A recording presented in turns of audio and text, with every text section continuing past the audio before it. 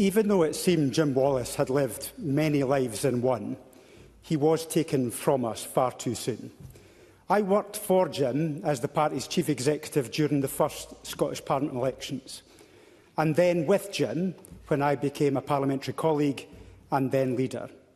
There was so much I learned from Jim. His appetite for detail. When I was first appointed to the job, I visited him and the rest of the MPs in Westminster to discover Jim and the Scottish MPs in a meeting room immersed in the papers of the Scotland Bill, drafting endless, copious amendments to that bill. Fast forward a year to the Constitutional Steering Group, when other leaders had delegated the task to other people within their parties. Jim stepped forward, crafting the procedures and standing orders of this place.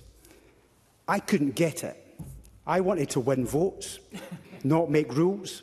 But Jim knew that the shape of this Parliament would leave an impression far more enduring than any short-lived campaign.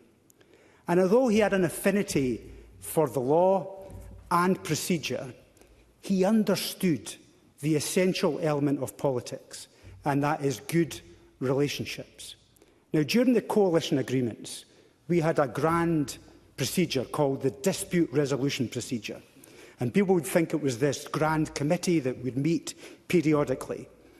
But it was Jim and Donald Dewar, because they trusted each other implicitly. And there was wars almost every week between the Liberal Democrats and Labour groups. But every single problem was solved by that group. And that endured into a sound relationship with Jack McConnell, who spoke so movingly on the radio last week. They all trusted each other implicitly. Finally was his calm, respectful resilience.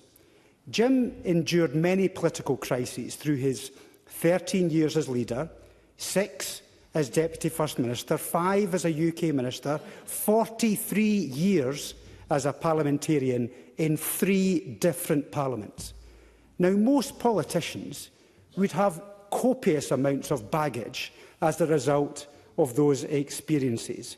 But such was the mark of his success that he went on to occupy the position of moderator, probably the closest to God that you get in the Church of Scotland. Last year, following the memorial service for George Reid in this place, with a fierce storm raging outside, I took the unusual step of skipping canvassing that day in Fife. Instead, I joined Nicol Stephen, Jeremy Purvis and Jim for a very long lunch. I am so glad that I did.